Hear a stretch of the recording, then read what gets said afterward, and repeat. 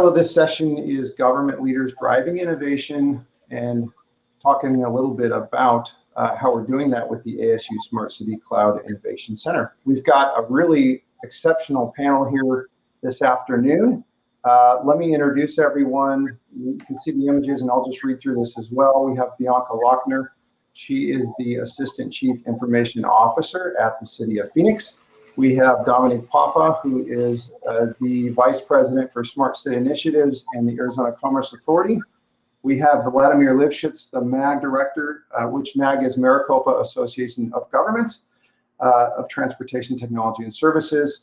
And then we also have Mark Wittenberg, who's joining us, still joining us, but he'll be with us shortly, who is the Chief Information Officer for the City of Tempe. So again, we brought the A-team today. I'm really excited to hear what everyone has to say, and I think that you're going to be in for a pleasant, some pleasant observations and insights today in this session. All right, so first, I wanted to start by asking Dom. Dom has a hand in really, when you start talking about smart city solutions in this area, in the Phoenix, Arizona area, public entrepreneurship, innovation, Dom seems to have a hand in everything. He's one of the most well-connected guys that I know. As a founder of the Institute for Digital Progress and helping with the Connective, the ACA, and many other organizations. So Dom, if you would, just set the table for us. Tell us a little bit about, what is meant by smart cities and what's special about the greater Phoenix smart region that separates us, really from the rest of the country. Yeah, thanks, Ryan. Really appreciate it. I mean, appreciate being here with everyone today. Wish we could do this in person, but look forward to the day that we can.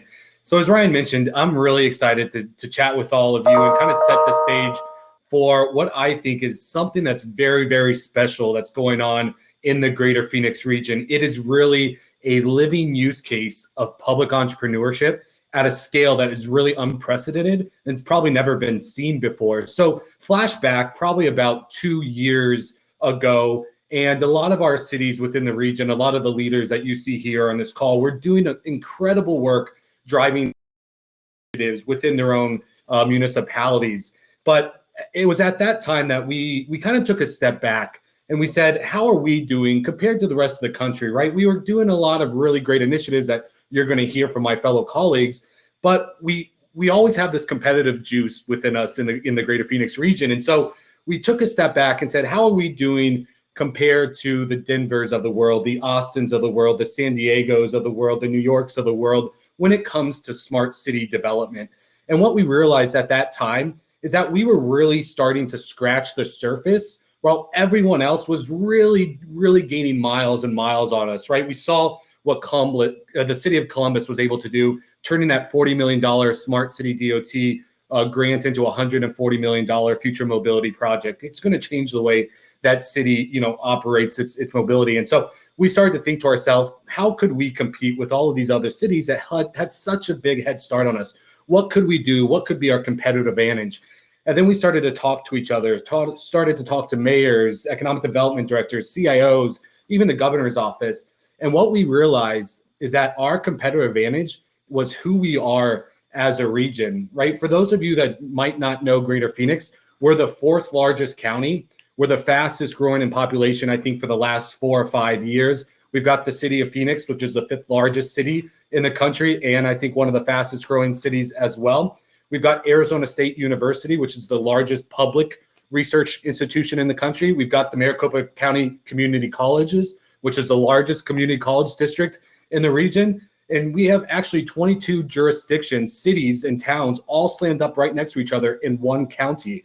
So we really started to think to ourselves, what if we could get those 22 cities and towns in the county, because we have such a great history of collaboration, thanks to partners like MAG, what if we could get those 22 cities, towns in the county, ASU and the community college district to think together, act together, innovate together, and really focus on solving urban and social challenges together? Could we create a smart region and outscale everyone else that's focused on building smart cities? Because a pothole in Tempe is a pothole in Phoenix. Traffic congestion in Tempe is going to lead to traffic congestion in Phoenix. And so we really tried to figure out how might we bring together everyone to focus on building a governance model to drive a smart region. And so We officially launched the Connective, which is what we're calling the Smart Region, in November of 2019. And now we're starting to move forward with unique projects and programs. So excited to be here and talk about the Smart Region, but honestly, we want to be able to be where we're at without the leaders that you're going to hear follow me. So thanks, Ryan. Excited to speak more about it. Yeah, again, thank you for your work there, Dom, and others obviously on the call that are a big part of that initiative as well. It just makes so much sense in Greater Phoenix area and the way that we are always commuting and working in different cities, that we have a comprehensive strategy to these smart city solutions that we're talking about. So thanks for your work there. So I want to jump over, Bianca, to you. Bianca has been a tremendous champion in innovation in public sector and smart city solutions for the city of Phoenix and in the state. Many of you may know Phoenix is the fastest growing city and the fastest growing county and the fastest growing state. And Greater Phoenix, and Phoenix is the largest, Greater Phoenix, the 5th largest city in the nation, I think rapidly approaching 1.7 million people. So that's a big city. And what we want to start with, Bianca, is tell us a little bit about how you have worked to shape a culture of innovation at the city, building trust and partnerships with internal and external cities, agencies, and companies, which I think is really sort of the first step in deploying that smart city strategy to build that trust and innovation. So tell us a little bit about the work you've done there. Yeah, thank you, Ryan, for the introduction. Yes, absolutely. So my team is a technology partner to 34 departments for the city of Phoenix. As you mentioned, the 5th largest city in the nation, we deliver public services to more than 1.68 million residents, right? So we have been focused on modernizing infrastructure and digitizing our government. We're ensuring that our priorities align with the vision of a vibrant, safe, connected, sustainable, and inclusive city thriving on innovative technologies. We're very much aware that we cannot accomplish our innovation goals alone, and that we need to partner both internally and externally with our stakeholders. So internally, with our partner departments, the city manager's office, our mayor, city council members, and other key stakeholders. And also, of course, we need to pursue public and private partnerships. Again, innovation doesn't happen in a vacuum, right? So we have to make sure that we leverage all those opportunities that exist in the marketplace. So our focus has been both on interdepartmental collaboration and on building those stronger ties with the business communities, academia, industry, and civic institutions, seeking to drive smart city technologies to improve the quality of life for all our citizens and also for our businesses within our communities and throughout the region, as Dominic mentioned. So of course, the Connective and ASU Center for Cloud Innovations have been at the center of these partnerships. And I know we're going to be talking more about that in this session. So just from those partnerships, we were able to build innovative solutions to many of our challenges. And some of the solutions started as a pilot or as a proof of concept or a proof of value, right? And from there, we were able to leverage that for the benefit of our internal community, as well as for our residents, visitors, and businesses. And I will be so happy to give an example in our session today.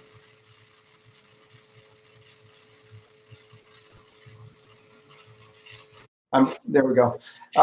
Yes, we're going to talk some more about that, Bianca. So thank you so much. I very much appreciate the work that we've done together at the Innovation Center. And we're going to talk to Mark Wittenberg here in just a moment. But before we do, I want to jump over to Vladimir. Vladimir is, as we mentioned, a director at Maricopa Associations of Governments. And for those of you that aren't familiar with this organization, it includes over 30 cities and towns, native nations, as well as the Department of Transportation. They play an extremely significant role in planning and policy for the state throughout the course of the year. So one thing I wanted to say, for those of you that are familiar with Mitchell Weiss's book, I think that he might come up a couple times today, We the Possibility. It's a fantastic read. Take a look at it. The subtitle is Harnessing Public Entrepreneurship to Solve Our Most Urgent Problems. And he talks a little bit about probability government versus possibility government. And probability government sort of being this risk-averse government where, you know, we look at the probability and say, look, if it's more likely they'll fail than not, we don't want to try anything new. Well, he also talks about this idea that the only sure way of failure is not to do something new, right? To stay with the status quo. So we have to innovate. We have to do something new, but we need to be responsible as well in our possibility government and manage risk. And so Vladimir, Maricopa Association of Governments has done an excellent job of that. Tell us a little bit about your MAG Emerging Tech program and how you guys balance that. Yeah, thank you, Ryan. And I want to start by kind of continuing a theme that Dom started and Bianca. And I think like what's also unique about this region, and if you will, even the state, is a great cooperation we got between the multiple agencies. So Dom wasn't mentioned specifically, but we have very strong alliances and entities dealing with emerging technology. State level, and I think that's directly relevant to managing risk and kind of moving forward and being an organization of possibilities rather than probabilities, as you said. So I'm going to show a few slides and share my screen. Let's see if that works. But I would say like one of the things we work. Yeah, just one second here. Yeah.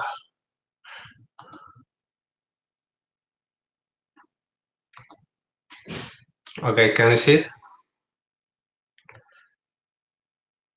We can see you.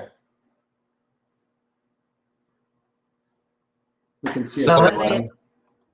When we started to look at the, you can see it? Yes. Yeah, when we look at the, basically when we're tasked to look at the same questions that Don was just describing, you know, how we start our movement towards emerging technologies and being more proactive in the smart region field, we actually started with our strong partnership, talking about partnerships theme with Arizona Public. Our starting points, we wanted to capitalize on the research that already was ongoing very much in that domain. And some of you might know that Arizona, as Don said, it's the largest public university in the United States, but it's also #1 in innovation university. So, as we all know, so we partnered to start from. We partnered with ASU. We started to look at this as the emerging technology and smart region picture. Any of you who are interested can go to this link on this slide and take a look at the smart region report that we produced back then. And it's already obsolete. We will be renewing it, but it gave us kind of a kickstart in this domain, and we started to see which main directions we can be going, and also how we can probably formalize and create kind of vehicles that will ensure robust movement in this direction, and also mitigate risk and provide some opportunities. So what we did as one of the first things in our emerging technology program, we created a public university task force, and this is Arizona State University, as I mentioned, University of Arizona, and Northern Arizona University. And this task force was one of the elements of this, if you will, environment and this ecosystem that we were trying to create and capitalize on the strength of our organization. Our organization and, as Ryan just said, it's also a regional council of governments. So basically, we are, among other things, two main things. We're a technological hub, and we have a lot of technical expertise in-house, but we're also a forum of governments, and we have a system in place where all jurisdictions, all municipalities, DOTs, counties who are our members, they come together and discuss issues of common interest, you know, in our region. So I would say there are a few kind of major elements in this. We have developed a contractual system that allows us to directly deal with various vendors and contractors, and this is just a snapshot of some of them in the center with whom we have contractual relationships, but actually it's many more than what I'm showing on this picture. It's anything from small innovative startups to large telecom companies, auto manufacturers, and process, of course, and that was also one of the very essential ingredients that moves us forward. We also have a committee structure that is established for us as a Council of Governments that basically guides this process, and various multi-jurisdictional technical advisory groups that provide feedback and input in this technology development process. We have the Public University Task Force that I already mentioned, that is serving as a objective evaluation vehicle, if you will, for emerging technology pilots that we're conducting. And then, of course, we work very closely with both vendors and agencies, trying to identify and rank, if you will, emerging technology need, and identify what is most promising and what is worth trying out in the field as a pilot project. And ultimately, all this fits into our regional transportation plan development, because this is one of our main duties as a metropolitan planning organization. Type of things. So once we establish this kind of ecosystem and started to move forward with our technology pilot, we actually encountered a lot of interest from our partners, both on the vendor side and on the jurisdictional side. And I'm again showing here like a little bit obsolete slide with a snapshot of a few pilots that we're doing. But I should say that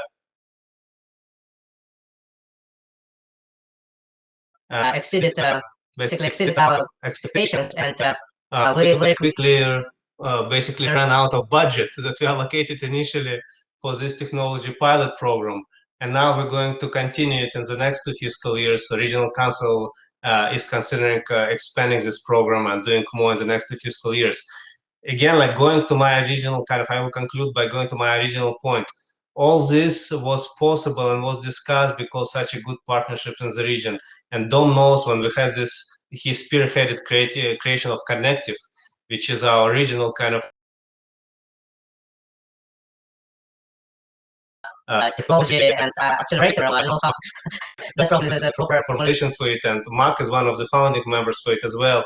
So these partnerships, I think, are critical, because without really these systems and partnerships in the region and in the state, movement forward will be very, very difficult. And naturally, we as a regional agency always interested to see regional synergies between different agencies and jurisdictions and DOTs. Thank you, Ryan. Yeah, thank you very much, Vladimir, and thank you for the graphics. It's good to be able to sort of visually represent what we're talking about here. I think the first person I heard say this was Lev Gonik, the CIO for Arizona State University, and I don't know if he came up with it or not, but it was this idea of public and private partnership being the next wave of innovation, and sort of bringing in the next wave of innovation. And what I hearing you talk, really everyone talking about, is just that. And it's so fantastic to be on calls with you folks and other folks around the valley. Dom, you mentioned the 22 municipalities and way beyond that, who are all working together to solve these problems, provide data to each other, help provide solutions, and it's a fantastic place to be. You know, I don't think every city or every state operates that way, and so I think that this is a huge, you know, sort of conduit for advancing innovation. So thank you, Vladimir. I want to kick it over to Mark Wittenberg. Mark is the CIO for the city of Tempe, Arizona, and Tempe is a neighbor city to Phoenix. And Tempe is the host city to Arizona State University's main campus. Mark has been working with the city of Tempe for a lot of years, laying a foundation and building platforms for what smart cities will look like in the next 10 years. So Mark, tell us a little bit about how you've done that and what your approach has been. Thanks, Ryan. Appreciate it. Welcome, everybody. So I kind of see it as, I call it Mark's hierarchy of innovation needs. Kind of like Maslow's theories, right? And it all starts with really you have to be able to do the basics, which is you need that governance in place the people, the processes, the technology, and that foundation or that base of innovation, if you will. I call it to my staff, it's the keeping the lights on, right? Is you can't innovate if you're not meeting the basic needs of our customers and our colleagues. And so that was one of the major focuses, or where I started. And it sounds like a kind of a strange place to start for innovation, which is starting at the basics. But you really need that good, solid foundation in place. Or when you go to the departments and talk about innovation, they're like, I can't log in. I mean, or the basic security is a problem, right? I mean, those things you got to solve first. And I'm really proud of the team, and we've come a long way. We've really improved just those core IT services. And now we're getting to this point of laying that foundation for innovation. So what does that mean? It's like, okay, what things do we need in place in order to be innovative? One of the things is we really needed a good foundational strategic planning. And I partnered with our strategic and management and diversity office. It's like one of the first things I did, or one of those first partnerships that you're talking about is I really wanted to make sure that IT was involved in that, in the core of what the departments were trying to do. Really trying to understand their business, to understand what their needs are. Worked with our strategic management and our city council. We came up with 5 strategic priorities to the city council, and with those, about 100 performance measures. So whenever we talk with a vendor or we talk about innovation, it's like, which one of these performance measures is this going to advance? And it really opens up that conversation with the vendors to say, okay, now the city has laid out all the different problems. And so how do we go about using smart technology, using smart cities technologies and those partnerships to be able to solve one of the council priorities? And I think that that's so important. I often tell people, it's like, technology shouldn't be the driver. It should be kind of the passenger in solving the problem, right? It's technology should be leveraged to solve that problem. One of the other things that we needed is we needed a good foundation in place. And so we've been working with a lot of the vendors to be able to deploy 5G throughout the entire city and do that very quickly.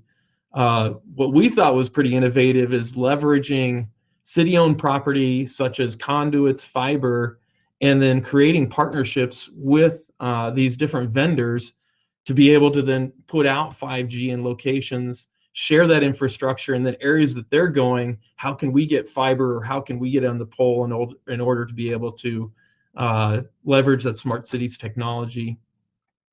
And then another important fact is the data piece of it, which is you're getting all this data. So what do we do with the data, or how do we use this data to then drive the outcomes or to drive those performance measures? And that's kind of the third thing to that foundation for innovation. We partnered with the Bloomberg Foundation and got our What Works Cities Gold certification, which I'm not a big certification guy, but really what it means is we changed our culture just fundamentally, and we changed our city council from a funding program where the city council was kind of battling over the funds, like, where are we going to spend this, to having these performance measures and then measuring what we're doing and the outcomes for the community, and then aligning that with the budget. So again, the What Works City, it's not about the certification. It was really about creating that data culture. Putting all these things into place, that allows for the fun part, which is now you get to innovate. Is you've got that foundation, you've got that good solid IT governance in place, you have those pieces that you need for laying the foundation, and then that final piece is just working with the departments, understanding what the needs of the community are, and then innovating on those. That's well put, Mark. I think that's an excellent summary as well. So thank you. That point is really well taken, which is the idea about make sure you're doing sometimes you have to do the mundane things, and you have to do them well before you'll have the opportunity to introduce new ideas and new technology. And I think that's exactly the point that you're making, and you guys have clearly done that really well. Excited for so many things that Tempe does, and we'll talk more about some of the challenges that we've done and Also opportunities for you, Mark, if you want to jump in on things like 20-minute city and other initiatives that Tempe is very interested in and is pursuing because they've been able to do that, some of that other stuff so well. So any questions? We're going to pivot here just a little bit. So any questions? I don't see any in the Q&A, but we'll give folks an opportunity here to jump in if you have some before we move forward.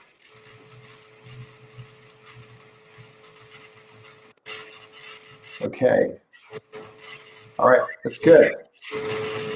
Let's move on here. Thanks everybody so much. I think we sort of have heard, and you might, someone may need to go on mute. I'm hearing a little bit of background noise there. So we sort of are on a little bit of a trajectory here. Dom set the table for us about smart cities and sort of the future of smart cities. And Bianca has talked with us about building the relationships and the culture of innovation. Mark has talked to us about really being able to do the essential things well and laying a foundation and a platform for building on the smart cities. And Vladimir has talked a bit about how you can manage risk and still do and still push the envelope in terms of what's the possible. So I think we've covered quite a bit already. We have a couple of questions coming in here. Let's take a couple minutes and go through these. First question, and I think these are sort of open-ended questions. How did you start and fund your multi-jurisdictional smart city region approach? So I don't know, Dom, if that's for you specifically or if others want to jump in also.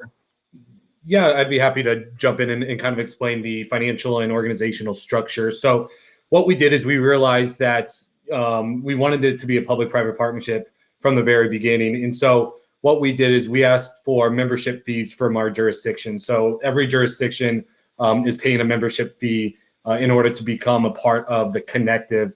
We also then went and recruited leading industry partners to really help us kind of seed fund this initiative. We knew that if industry could really help give us that kickstart to get going, we would be able to build a sustainable model. And so while it's heavily industry supported, it's really city led. And so we went out and we found some leading industry partners to be founding members, which include Cox Communications, Dell Technologies. It was Sprint at the time, now T-Mobile, our two utility partners, and of course AWS, is a fantastic partner in there as well. And so they're actually contributing financial resources into the Connective.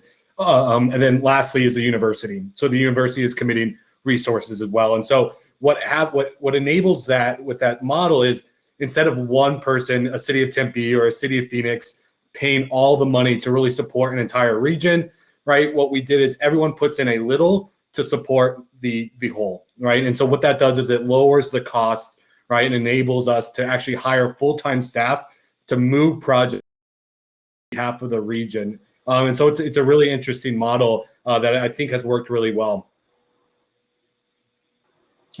Excellent. Very good. Thanks, Tom. And then one more quick question here and we'll proceed. This is a good one. How did you overcome challenges with leadership buy-in for innovation? I think that's a prevalent question anytime you're working with leadership and innovation. Who wants to start? Hey, Ryan, I can start. Go ahead. I want just to say, okay, Mark, you want to start? Yeah, I would say it starts. Thank you, appreciate that. It starts at the top, which is getting the buy-in from the mayor, the city council, and then from there, the city manager. Without that buy-in, it is so hard to overcome the challenges as far as innovation, funding those innovations and creating that culture. So I think the short answer is you really need that buy-in from the top. And the What Works Cities really helped us to frame that culture to the city council as far as what is the outcome we're looking to accomplish and what does success look like. One thing I want to add to this, because we're regional council. I should say, I didn't really see a lot of resistance. The opposite is true. Oftentimes we are pushed actually by our leaders, by our regional council. Right now we're in the process of developing new plan and renewing transportation sales tax. and our city managers and our elected officials discussing priorities for the regional infrastructure. And actually, emerging technologies and smart region issues are very, very prominently on their radar. It's not like we're pushing them, I should say, just to be objective, they actually putting it in front of us, very often. So, and I think like right now, the epoch when it was very difficult to convince somebody in the benefits of new technology or necessity to try things out to stay ahead as a region and as a state to be competitive, as Dom was kind of telling very nicely about all these issues. Everybody realized that we have to do it. It's not an option. If you don't do it, you fall behind, basically. And I could also add to that, it also starts with a challenge, right, or a problem or pain point we're trying to address. And those are visible, the way to the top of the organization. And then you have that buying and support that Mark mentioned, and also the excitement around it that Vladimir shared. So definitely starting with that pain point and then identifying the best solution for it. Yes. Thank you, Bianca, and Vladimir and Mark. And I think that's a nice transition, because some of the work that we're doing, all the work that we're doing at the Innovation Center is we're trying to help advance digital innovation in our cities and trying to help provide sort of a use case and a proof point for leadership, as Mark mentioned, to see what is possible, what can we do with technology to solve some of these problem statements. So let me just real quickly, before we move on, talk for a second about the Cloud Innovation Center. This is a partnership between Arizona State University. It's sponsored by our technology office as well as Amazon Web Services. We've partnered with many cities and nonprofits across the state and really globally now over the past couple of years. And our goal is to advance digital transformation in the public sector and solve those public sector challenges that Bianca just mentioned. We use Amazon's working backwards process. And so that's sort of a design thinking process where we start with a problem statement and we work our way from there, focused on the customer. So not just throwing out solutions, but focusing on the customer and the problem. And so we're able to start with a problem or opportunity statement, convene workshops, ideate and create solutions. And then we have an incredible team of students at the Innovation Center who develop prototypes for us. And they work in collaboration with the cities to develop and build prototypes. Everything we do is complementary, and the work that we create is open source. So the idea is we want to be able to scale these solutions, make them available to the public, and hopefully have them adopted by governments around the world. And so a lot of that work that we're doing, and let's talk now about some of that, are things that we've helped cities take to their leadership to then say, hey, here is a proof point and a use case for what innovation can look like to gain that buy-in that we're talking about. So let's start with Bianca. We work with Bianca in the city of Phoenix. Tell us a little bit, Bianca, about the challenge that you brought to the Cloud Innovation Center, how the working backwards process was helpful for you, and the solution that we came up with. Yeah, well, thank you, Aaron. That has been, again, an amazing experience. So it started last year in the spring of 2020. And our teams joined your team and Amazon team to get together for an innovation workshop. So you mentioned those sets of workshops. So the first one is the innovation workshop, where we explored the challenge that we had, right? One of the challenges we have. And we identified the main one for us was improving how the city communicates and engages with our residents and our customers, our communities, right? So first I had to kind of market, right, that we are doing this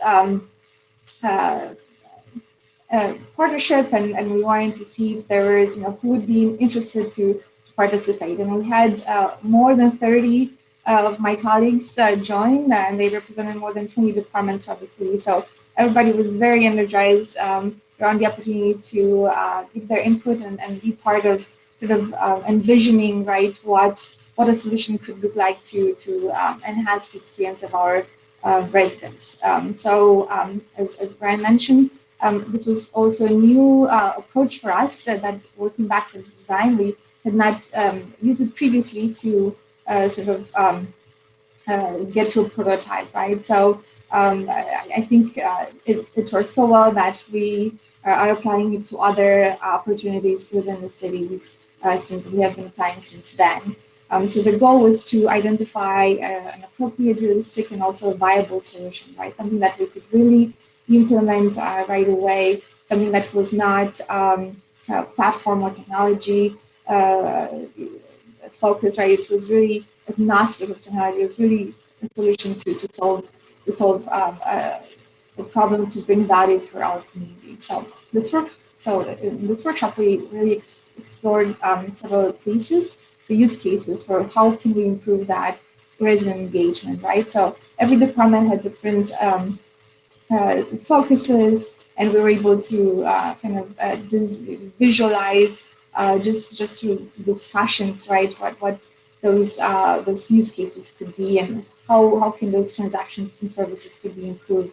So really, I think it was a half a day of just a discussion and collaboration, and everyone left really energized and really excited for the next workshop, which was really the design workshop. So as part of this workshop, again, working through that working backwards process, we architected, or better put, we dreamed a solution, right? We dreamed big, because we knew that once we had this high level kind of vision, we could scale that down to a more realistic prototype, right? So we dreamed of a system that would use chatbots and digital voice assistants that would really allow customers to query information like anytime from any device, so they didn't have to really interact with the city in person and do it on their own time. So those interactions could range from just asking information about a specific service, or information about where they could locate one of our offices, or maybe when the waste pickup schedule looks like for their specific neighborhoods, how they would pay their bills online. So all those things for them to be able to do on their own time, and sort of have that self-service model. So that was very, very important for us. We then continued our engagement with a solutioning workshop. So that was more of a specific technical focus, right? We're looking at really technical requirements.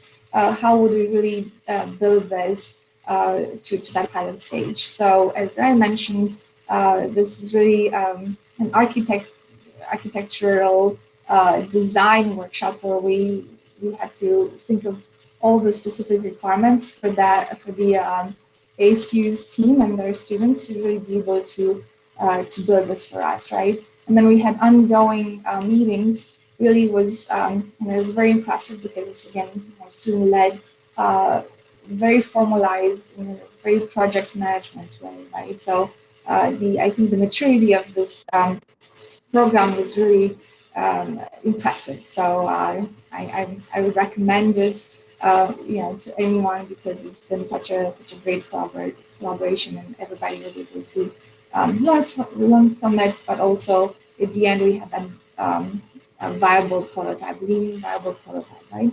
And we implemented that prototype initially with 3 of our largest departments, so water, public works, and also for our police department's public requests. So those departments really were part of this journey from the beginning, from the envisioning workshops, and throughout this build and testing and quality assessment efforts. So at the end, the end result was very usable, and really made a big difference for those departments. So they were very, very well received. And this effort was such a timely one, because, as you are very much aware, right, the COVID crisis last year was very impactful for us. So we had to really focus on how can we deliver solutions and services to our residents in a way with minimal interaction, to be really cognizant of that social distancing piece.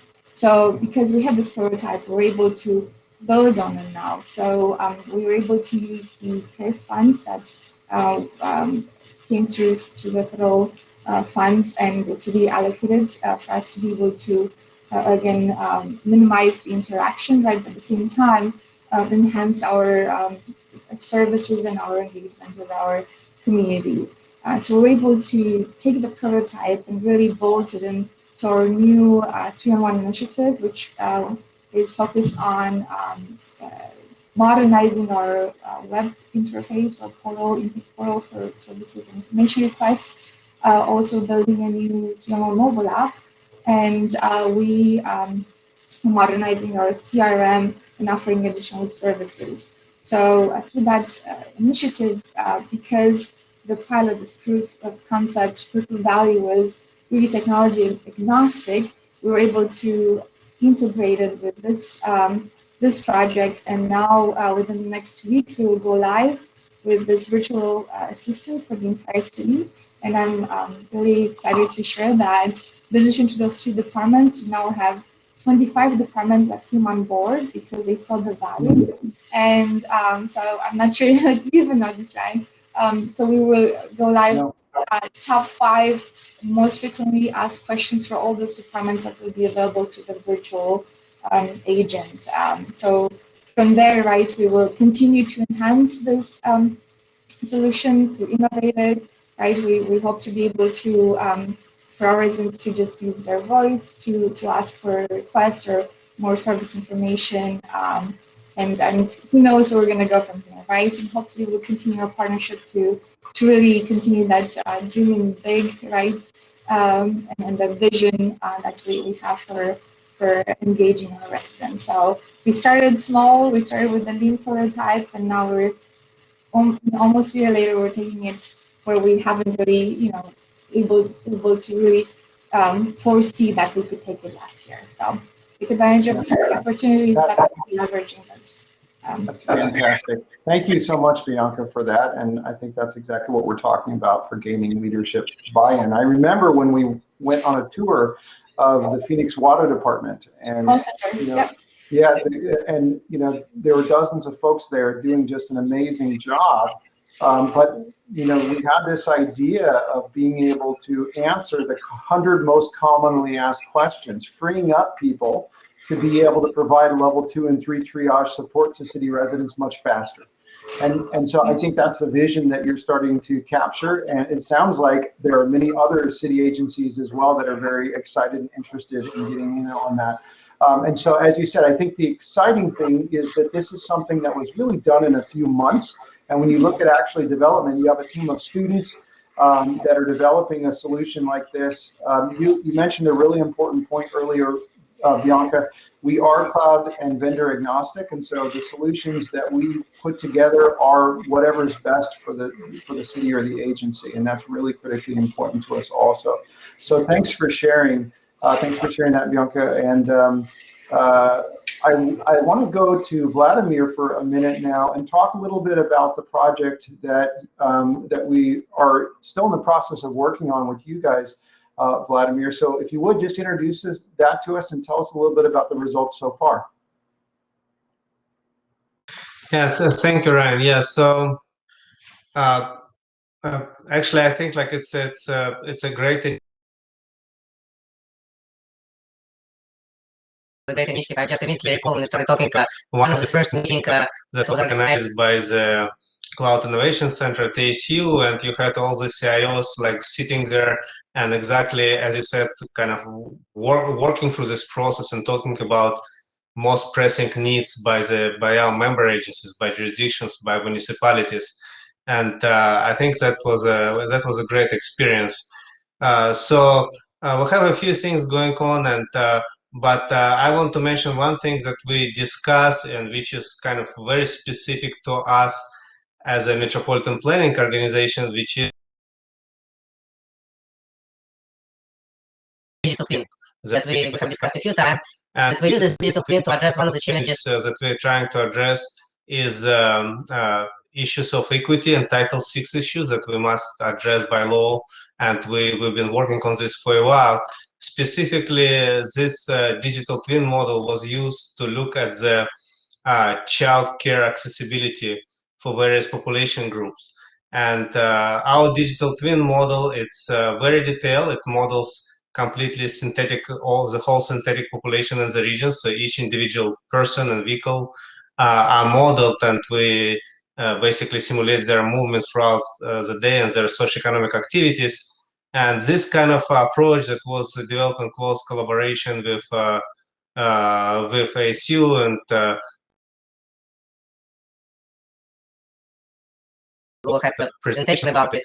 Allows you to analyze and produce basically statistics about various issues that you cannot produce otherwise. So that's one of the directions that that we're going, and of course we also have to do it because in accordance with federal law we're doing transportation planning, and we have to have all these powerful travel demand forecasting tools to be able to address our issues that we have to address in order to receive federal funds. So, but that's one maybe topic that I will kind of stress out, you know, that because it's unique organization to the collaboration.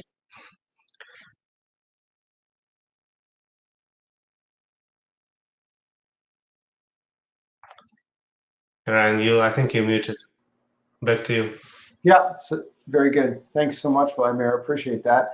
And last but certainly not least, Mark, we have done a couple of projects with the city of Tempe, and you guys were early adopters for working with the Cloud Innovation Center a couple of years ago. Much appreciate you guys giving us a chance. You know, we've done the Care for Me project, we've done the graffiti project, and other things, you know, as well in collaboration. So I want to just give you an opportunity to talk a little bit about the workshop process and, you know, either any of the work that we've done together and what you've taken away from that. Well, I would say that Bianca did an awesome job of talking about the working backwards process. And I would say that there's two things that kind of stuck in my head, is that the process was really customer focused. And I thought that was so important. It's like at the end of the day, why is this important to the community, or why is this important to the customer? And then the second part of the process is that we had to each draw like a comic of like, what does this look like at the end of the day? And unfortunately, I'm not a good artist. And so my stick figure family kind of like went through this whole process. But I don't think you ended up using that. I think you actually hired a graphic artist, which I'm very thankful for, to be able to do that. But you're absolutely right. We had a couple of things that we worked on with you. And going back to our performance measures, one of our performance measures is that in Tempe, we really pride ourselves on keeping the city very clean. And so the thing that we wanted to work on was to reduce the amount of graffiti in the city of Tempe. And we had a performance measure of having less than one incident of graffiti for every 4 square miles.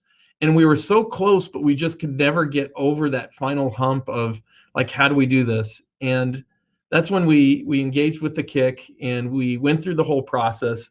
And it's so interesting. There's two things that came out of it. One was a technology solution, which we've deployed the prototype, and I'll tell you, Ryan, about what we've done with that.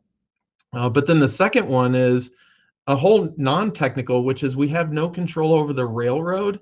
And that's where a lot of the graffiti was happening. So it was very interesting to me that out of this whole process, there was a technical kind of control and then a non-technical. But what we ended up landing on is using our fleet of trash vehicles that have cameras, and then using machine learning to be able to identify through those cameras when graffiti is seen. And these vehicles, they run through the city, the entire city infrastructure twice a week. And then that information is fed real time back to a graffiti app that our team built that can notify then the graffiti abatement team. But I think the coolest thing is, for those of you that might not know Tempe, is we have Tempe Butte, and there's a big A for ASU painted on the butte. And we were having a problem where one of our rival schools was coming and painting the A.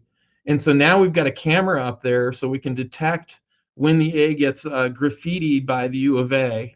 Just kidding. Actually, but we are using cameras to look for graffiti because we were having issues on the butte and along the trails. So we've actually applied this technology to be able to do that early identification. And then the other one you mentioned was the Care for Me. And that one, we're still looking to go into the prototype phase, but the idea is a lot like the bot, which is providing information and services to those in need and to navigate kind of the human services offerings that we have in order to be able to connect families with childcare and be able to figure out what unique services we can apply to those different families. But I would say that the working backwards process and that collaboration with ASU and with Amazon was just spot on, and really enjoyed the process, enjoyed the fact that it was customer focused. Ryan, can I just jump in, because this is what gets me jazzed about the Smart Region. I mean, you just heard 3 amazing stories with 3 amazing solutions, and that's what we're excited about, the collaboration on the Smart Region, because I guarantee you, Phoenix deals with graffiti issues as well. I guarantee you, Tempe's probably thinking about virtual, assistants, and probably everyone's thinking about how can I leverage MAG's capabilities to think about solving digital equity issues, right? There just wasn't kind of a great mechanisms for these cities to really share these solutions. And with the Smart Region, our hope is that one city really focuses on a challenge, they solve it, or they fix it, and then another city can grab it, Mark, to your words that I had you on the podcast, maybe pivot it to meet their city's needs and then deploy it. But then they don't have to go through the whole process of developing the solution from scratch, right? And so it just gets me so excited to see these cities solving some of the most complex issues, and then now we can easily just share it with each other, right? It's just fascinating to see. That's exactly right. And we did a challenge or a project as well with the city of Scottsdale around water conservation. And Scottsdale is a national leader in water conservation and always looking just to get better. But we were able to take some insights that we gained from that and work with Durban, South Africa, who had a pretty significant groundwater loss. And so that's exactly what you're talking about, Dominic. And that's now a global application for the work that we were able to do, with the communities here in the Valley. So it is, I think, the scale, as cool, as exciting as this work is, when you talk about scaling it, that's when it really starts to blow your mind and the impact that we can have. So great input. Thank you so much. So we have just about 5 minutes left. I've seen some great discussion in the chat. Looking for any other questions in the Q&A. And I want to leave a couple minutes at the end, but we have, let's say we have 2 or 3 more minutes if there's any other questions. If not, I think, we're in a COVID world now. I think I'll allow the panelists, if you want to just do a quick 30 seconds, on some of your COVID response, what you've done in your city or community. We know that it's shaped for the last year and will continue to do so. That's presented a lot of challenges and opportunities. So anybody who'd like to jump in and just talk about what you're doing to respond. I'm sure everyone will have something to share, but I wanted to start with saying that it absolutely accelerated our digital transformation efforts. We had to, again, pivot, right, is the key word, because our council sessions were in person previously. We couldn't do that anymore, right? So we had to find a solution to have those virtual sessions, and we're able to leverage that not just for council sessions, but now most recently for budgetary sessions with the community, right? So we're really big on that transparency, focus on making sure that our community has input. So we had within, I think, 20 days, 14 virtual sessions. So really valuable there. And of course, the assistance that CARES foster, right? Making sure that our residents have a way to very rapidly apply for relief for their utility bills or housing or rental. So being able to ensure that they can upload those documents in a very secure way and very rapid way and get those applications processed and their much needed funds in their hands was very, very critical. So we're going to be able to take now those applications and leverage them for other needs as well. So definitely lots of innovation came from that. Great. Thank you, Bianca. Ryan, I can go next. Tempe was working with ASU, and during the opioid crisis before COVID, we worked with the biomedical design group and come up with a way to measure the opioids in wastewater. And the whole idea was to be able to use that measurement to then drive outcomes in education. When COVID hit, we circled the wagons, and it's like, again, the key word here is digital transformation and pivoting, right? It's like, well, can we measure COVID and the COVID markers? And the answer was, yeah, I think we can. And so we were able to then convert that opioid dashboard into a COVID dashboard in order to be able to then inform, like, number one, we were able to determine like when the first case actually happened. And then from there, we're able to look at the markers and see exactly by zip code area in the city, it's like, which areas do we need to concentrate on and what are those outcomes? So COVID19.tempe.gov. That's great. Yeah, read more about that. Thank you so much, Bianca and Mark. And we're at the end of time here. We have just a minute, but I want Dom to get the final word in here. If you would, Dom, real quick, I want to plug Dom's podcast. It's called The Urban Complex. Take a listen to it. Mark's been on it. I mentioned earlier one of the more recent episodes, which is just absolutely fantastic. And I think that you should check all of those out. But and I'll be remiss if I don't mention Chris Richardson, who's a sponsor for us at the Cloud Innovation Center, and who's also part of the significant part of the podcast. So, Dom, a little plug for that. Anything else you want to say about the podcast? And then, if you would, just take a minute to talk about the future of smart cities as you see them, next 5 and 10 years, the work that you guys are doing, and how we can best be prepared to build the platforms and communities and technology and have those things in place. Yeah, thanks. Two things. One, the podcast was just designed to tell stories. I mean, just as we're talking about, if we share this great work together, we're going to help everyone, succeed. And so we just want to share stories of great leaders, like all of these fellow panelists. Then two, what I really see the future of smart cities, it's the scaling up to smart state. And that's what we're really focused on here, is because what cities do well is they create this terrific horizontal platform across so many different levels of lines of service, right? But it's the cities struggle to be experts at any one particular area because they have to deliver so many services.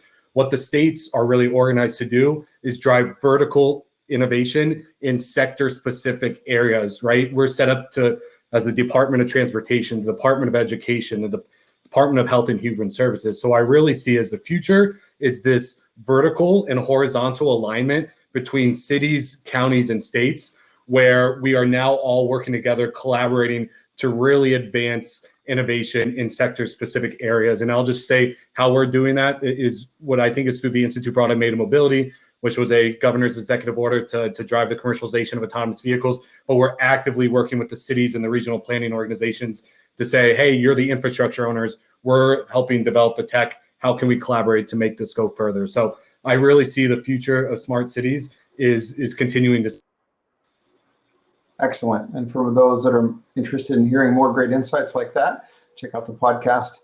And thank you to our panelists, Vladimir, Bianca, Mark, Dominique. Appreciate you guys all so much, and for the work that we've done together over the last couple of years, and looking forward to what we're going to do together in the future. And thanks to everybody that has attended and participated. Hopefully you got a little something out of today's session, 1 or 2 things to take back with you. Enjoy the rest of your time this week with Code for America.